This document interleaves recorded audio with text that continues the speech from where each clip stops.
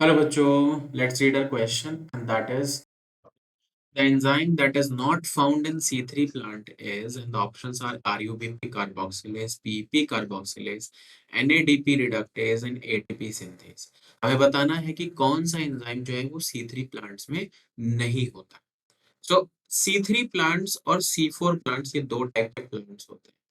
क्योंकि अब हम यहाँ कुछ ऐसे एंजाइम्स की बात कर रहे हैं जो बेसिकली प्लांट्स को एक कैटेगरी में डिवाइड कर सकते हैं, तो इसीलिए हम इन दोनों को ही यहाँ पे समझते हैं।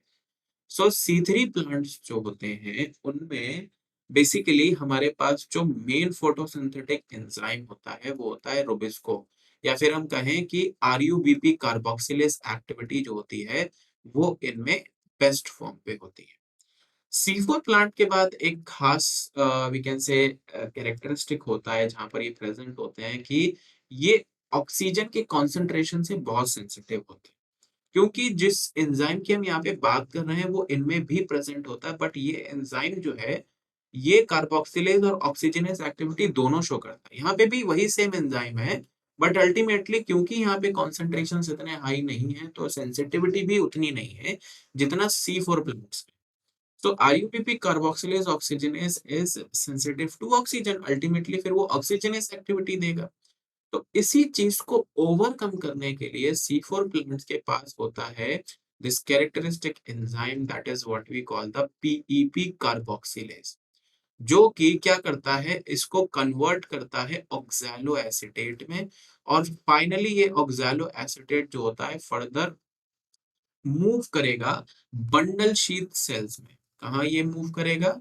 ये मूव करेगा बंडल शीथ सेल में, जहां पे ये वापस ब्रेक होगा पीपी में और CO2 मिल जाएगा। हम यहाँ पे कह सकते हैं this will basically give the CO2 inside this bundle sheath sales, और ये फिर फाइनली हम यहाँ पे कह सकते हैं फोटोसिंथेसिस में इन्वॉल्व होगा। और ये जो पीपी कार्बोक्सिलेज है ये कहाँ पर प्रेजेंट है?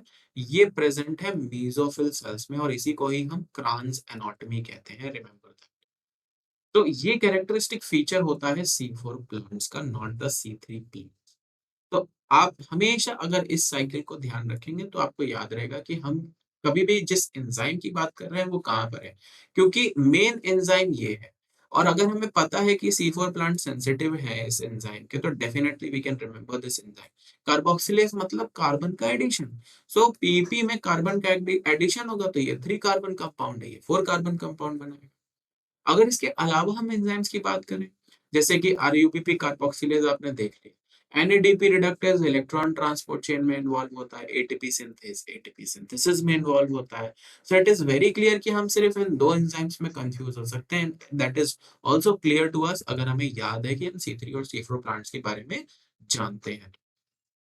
तो हम यहाँ पे कह सकते हैं that the correct option is option B, and that is PEP carboxylase. I hope this will help you. Thank you.